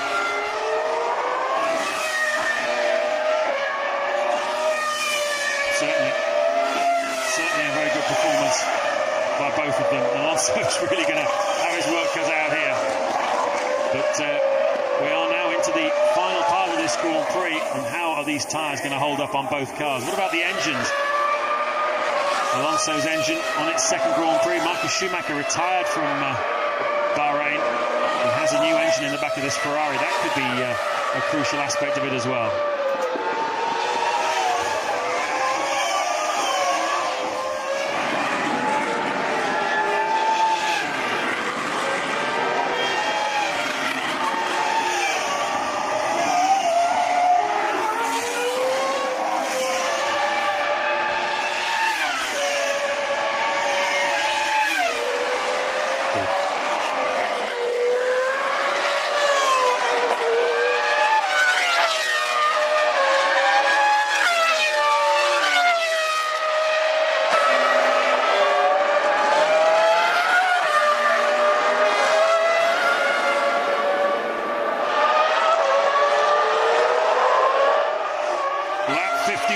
the 62-lap San Marino Grand Prix in Imola. That is the leading two on the racetrack.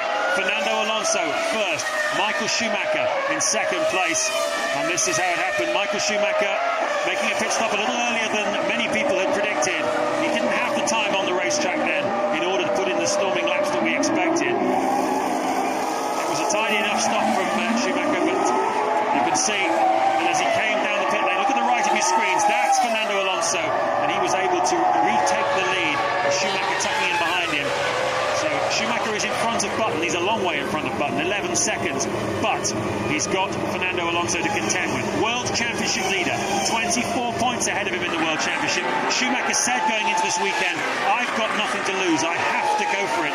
Alonso must drive like the man leading the World Championship, and think about it. There was some reverse psychology as well from Alonso. He said, well, Schumacher is the favourite this weekend, and you'd have to say the way this car is performing, he absolutely is. Who's to say that Schumacher isn't going to put a run on the Spaniard? And is the Spaniard going to defend that hard? He knows he's got to think of the World Championship. Michael's got the faster car, so much better under braking. Although it took a while, he needed back markers to help him pass Button due to the turbulence. But he's looking very racy, isn't he? How hard does Alonso want to be looking in his mirrors and making a mistake or something? He needs 8 points more than he needs the win. And that will be going through the mind of the 7 times world champion Michael Schumacher, because there have been occasions in his very long career when he's had to drive percentages rather than go for broke. Not too many of them, because going for broke is pretty much the Schumacher trademark. But here, the intelligence of Alonso, what's he going to do? The racer in him is desperate to take him on. He knows he's got a slower car. He knows Schumacher's going to have a run at him sooner or later. How hard will he defend?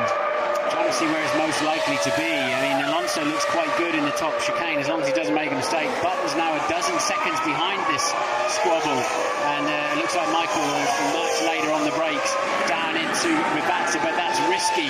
I think he's just got to stay close out of the final chicane, get in the slipstream and stay left down into Tamburello, the first chicane. And will it be this time? I think this is not necessarily this time, but I think this is where it's going to happen, and definitely not this time. In fact, that Renault pulled very nicely out of the corner, didn't it? Very nicely indeed. This is going to be tough for Michael. He's got to almost force Alonso into an error or try and pin him up against a back marker as he did Jenson Button. The old champion, he's not that old really, is he? Only 36 years of age, but he's done it all, won it all against the man trying to take his crown off and trying to win a world championship while Michael Schumacher is still racing. He's certainly got a big head start in the points. Whatever happens here, Alonso will lead the world championship going to Barcelona in 2 weeks' time, which is a total sellout, by the way.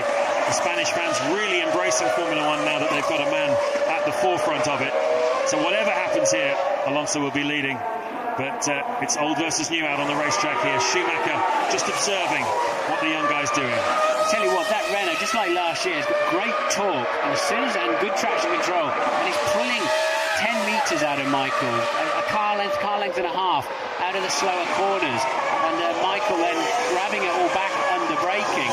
But this is a supreme amount of pressure for the young Spaniard. Ted has some news about him. Renault are keeping Alonso fully informed, both of the gap to Michael and of how many laps he's got left. The Renault has got much better traction than the Ferrari, well, slightly better traction than Ferrari, but can he hold on?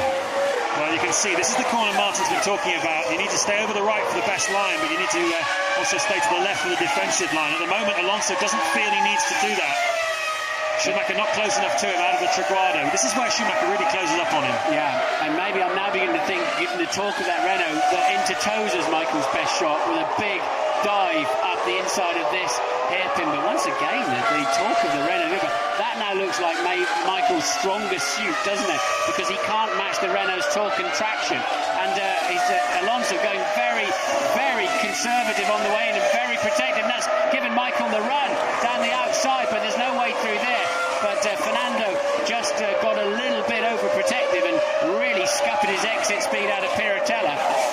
He's clear now into Variante Alta. Schumacher trying very hard here. He's trying to make Alonso make a mistake. He's trying to get alongside him, racing for the win here at San Marino. Absolutely thrilling stuff here.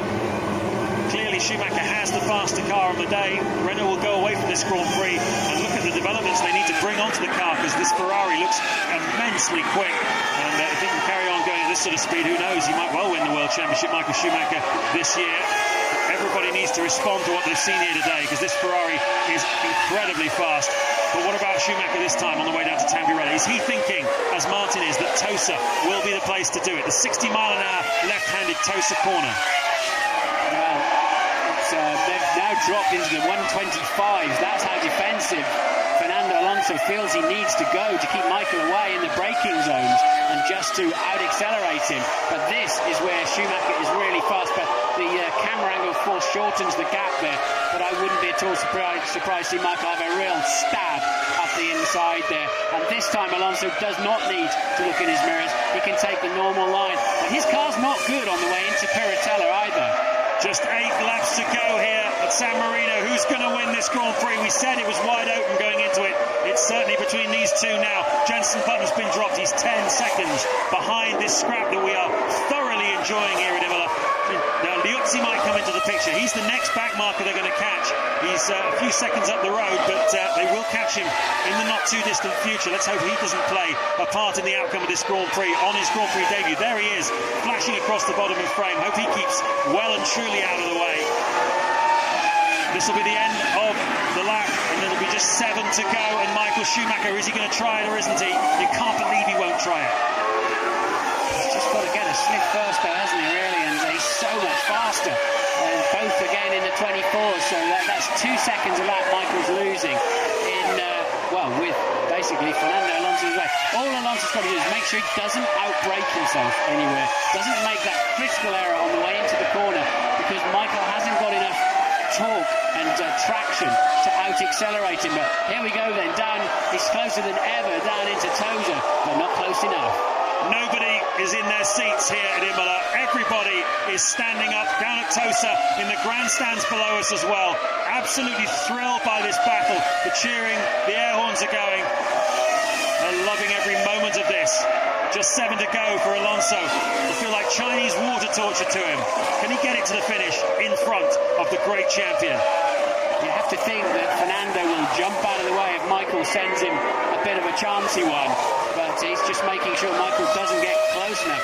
Supreme pressure, and Michael psychologically has been trying to pressure this young man ever since he took a comfortable lead in the championship. And this is a big telling point. This is telling us so much about Alonso now. It's the state of play in 2005 in the early part of this championship was all about Alonso. It still is at the moment. This is where Michael came wanting to nick it back, to put the spotlight on himself, to start his World Championship charge. Kimi Raikkonen felt the same way, but unfortunately he has had to retire from this Grand Prix whilst leading it in the early stages. So now it's just between these two. Traffic coming up, sorry James, traffic coming up. And you always lose out when you're the first of a pair or a string of cars. You always seem to lose out when you first come up against the traffic.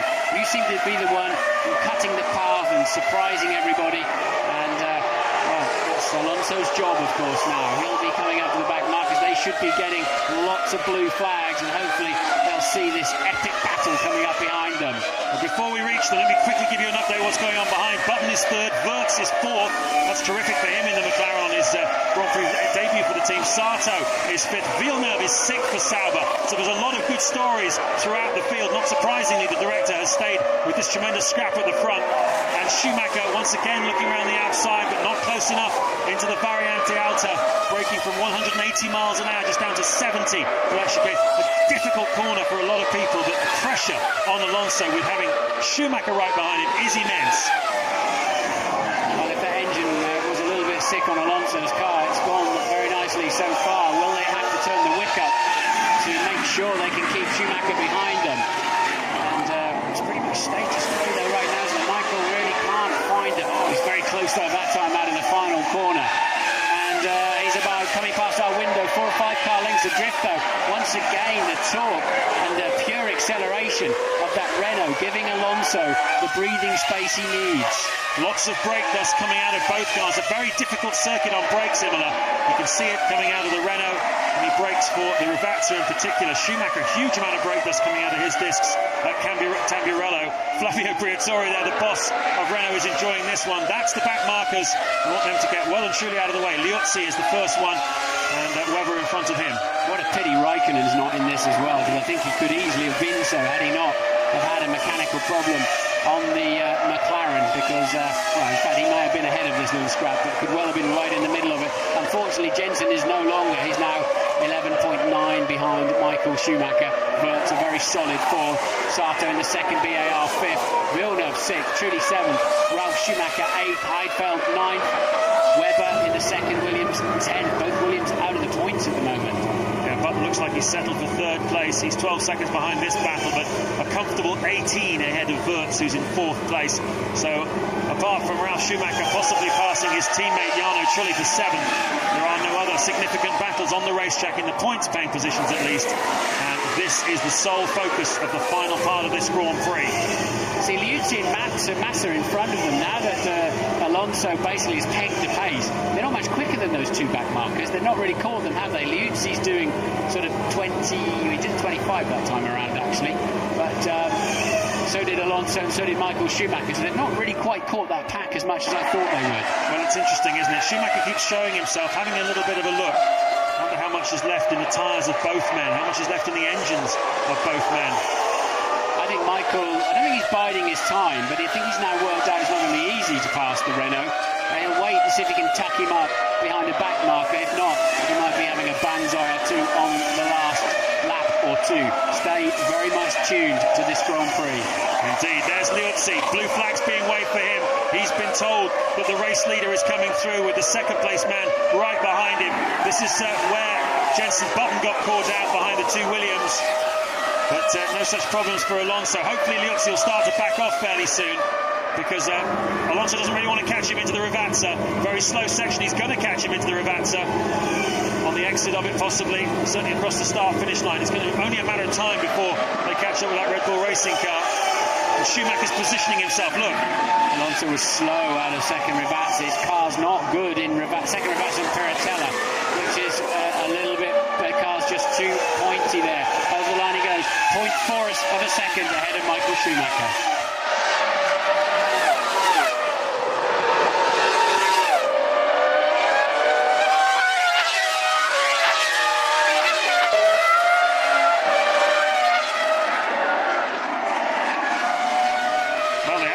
As quick as I thought they were going to.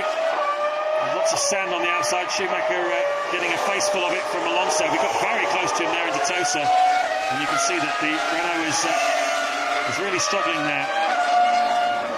There's Jean Todt, the boss of the Ferrari team, Ross Brawn, alongside him. Remember, they made a slight tactical switch, bring him in. Michael Schumacher has another look. He's so much faster, isn't he, than the Renault? Just needs to try and force him into some kind of mistake. Well, Michael's taking very unconventional lines now to try to distract Alonso.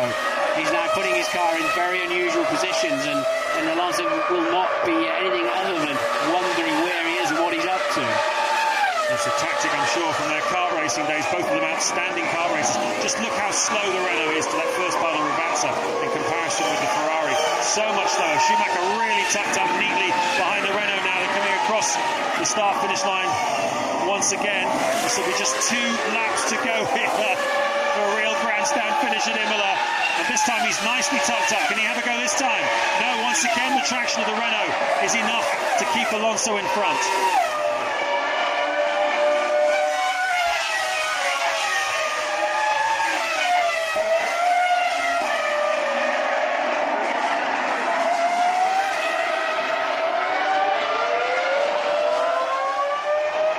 Still Michael, he has a feint down the inside. He's just desperately trying to get Alonso to miss his braking point, and it was Michael that disadvantaged himself that time, and he'll very quickly catch him back up again. And Alonso having to drive so defensively, the car just not underneath him at all at the moment. Well, if it's going to be Tosa, he's only got one more opportunity opportunity. If it's going to be Variante Alta, which they're approaching now, he's got a couple more opportunities. This is just 2 laps to go. Alonso takes the defensive line into the Variante Alta. It won't be here. What about the Ravazza going downhill? Schumacher close then on the exit of Variante Alta. There's Liuzzi up in front. Schumacher right in the slipstream of Alonso as they go down the hill. No chance really here to have a run at him. This is where the Renault is at its slowest, and we are about to start the last lap with Fernando Alonso and Michael Schumacher absolutely glued together on the racetrack.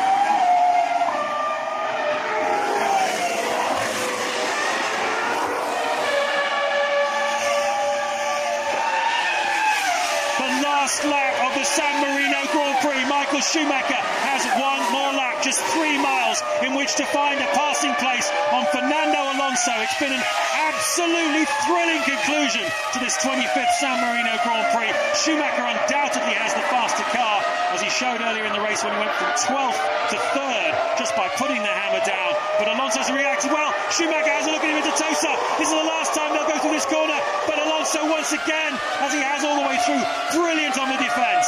Now Michael will just charge at Piratella. He's putting his car in very unconventional positions, trying to distract Alonso, but every time he does that and it doesn't work, it puts him another car length or 2 behind. So Schumacher then, his final chance, I think, is into the first Ravazza. He's got to just launch it across these curves in Variante Alta and get somewhere near the back of the Renault, and he'll send one down the inside, but he's gone wide himself. So Schumacher's still 3 or 4 car lengths adrift. Can he? It's too far back, I think it is, to have a run at him down the inside. Alonso's car's painfully slow in Ravazza 1. Going to leave him exposed into the final chicane, but he's got enough torque to give himself a car length there. Will Michael have a go into the final corner? He's too far behind. He's not going to. He locks the brake down. Amazing defensive driving by Fernando Alonso. His hand is out of the cockpit. Across the line they go. One of the closest finishes I can remember for many, many years. What a thrilling end to the Grand Prix. In the end, Schumacher didn't have a lunge. He was thinking about the championship as well. It might well have taken Alonso out if they'd hit each other, but he had just as much to lose as Alonso did. An absolutely brilliant climax to a completely unpredictable Grand Prix here at Imola. Without doubt, the finest race of the season so far. 3 fingers up. That's a hat-trick for Fernando Alonso, and it'll not come under any more pressure than that. He made it stick. Just that time that Michael Schumacher took to get past Button, and he was lucky to get past Button in the end, who finishes 3rd, by the way. Wirtz 4th, Sato 5th. Villeneuve was a minute behind the leaders. He's about to take a very, very solid 6th place. Trulli 7th, and Ralf Schumacher will be 8th. The 2 Toyotas then scoring points. But, wow, what a great drive. But he was just tiptoeing into Ravazza at the end, wasn't he? Really struggling. Everybody buzzing here at Imola.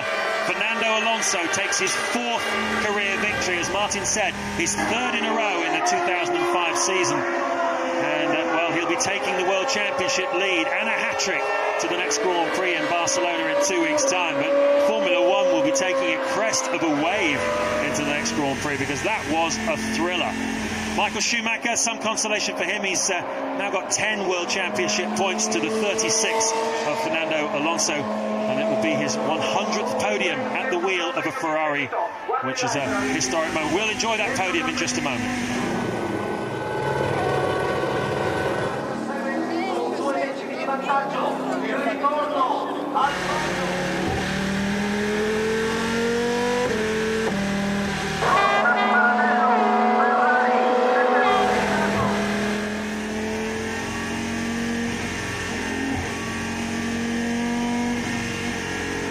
Well, he certainly wants to make his point, doesn't he?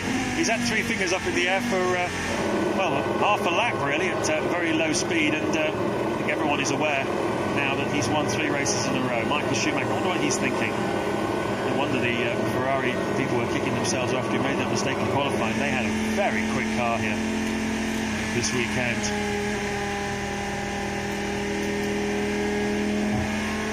Sportingly, all the marshals waving flags, congratulating the race winner.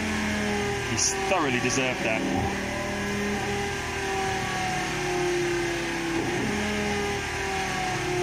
What the crowds are going to be like in Barcelona for the next Grand Prix. It's going to be absolutely crazy. Yeah, it'll be very difficult to get in and out. I think I might pitch a tent on the inside, because there'll be no getting in and no getting out. can see a rundown of the top 10. What about Mark Webber? 4th on the grid, and in the early stages ends up finishing out of the points, both the Williams, and behind teammate Heidfeld. A couple of mistakes from Webber we saw along the way. Liuzzi, on his Grand Prix debut, finishes with a car between himself and his experienced teammate David Coulthard. He'll be very pleased with that. The Red Bull Racing cars really not at the races this weekend. Everybody else seems to have taken a step forward. How about the Toyotas? Well, once again, both of them in the points. Trulli 7th, Ralf Schumacher in 8th place. And here another look at that last chicane, the pass that never was.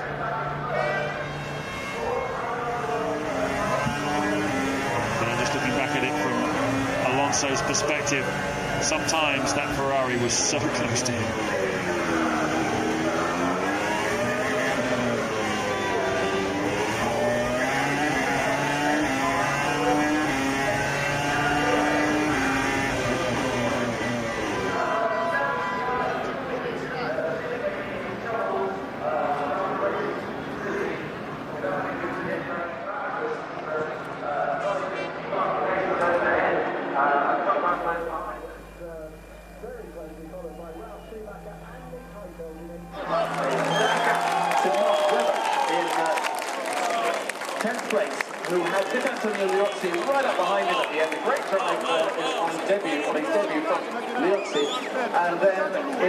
Welcome back to Imola, where we're still getting our breath back after an amazing conclusion to the Grand Prix. Schumacher smiling now. He didn't get past Alonso in the end. Fernando Alonso has won his 3rd Grand Prix in a row. Herbie Blasch there just congratulating Michael on a heroic performance.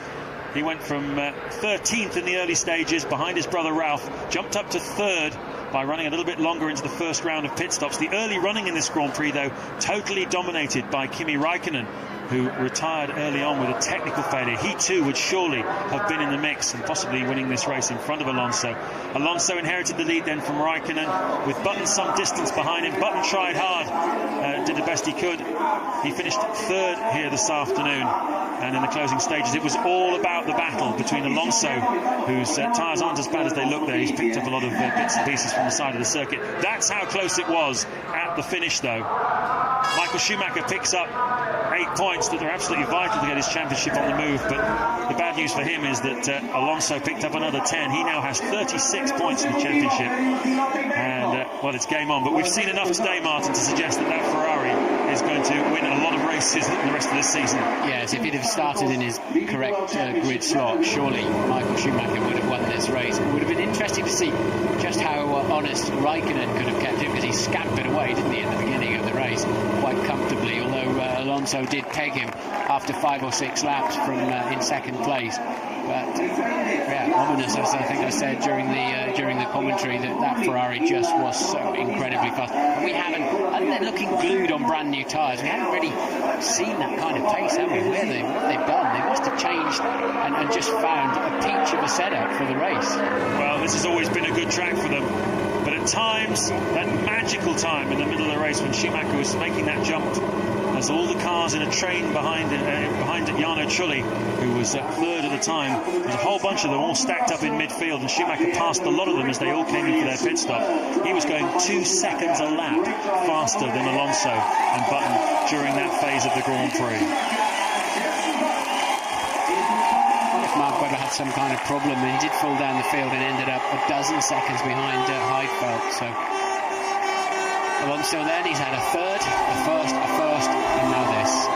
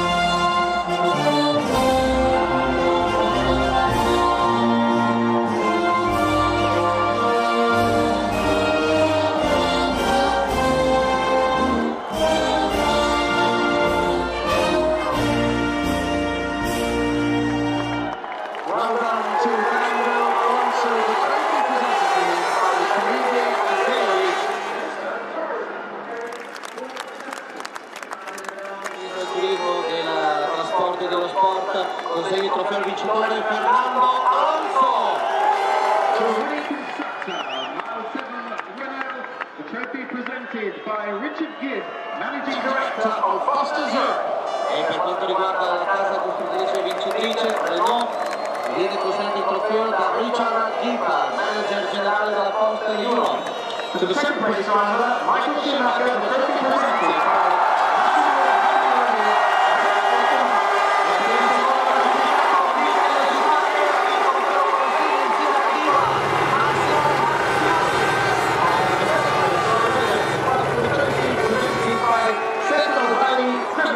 by e per il terzo classificato Jenson Upton il trofeo viene consegnato da Stefano Valli, presidente della FAMSA. well done, gentlemen, and as the podium party leads, The Champagne!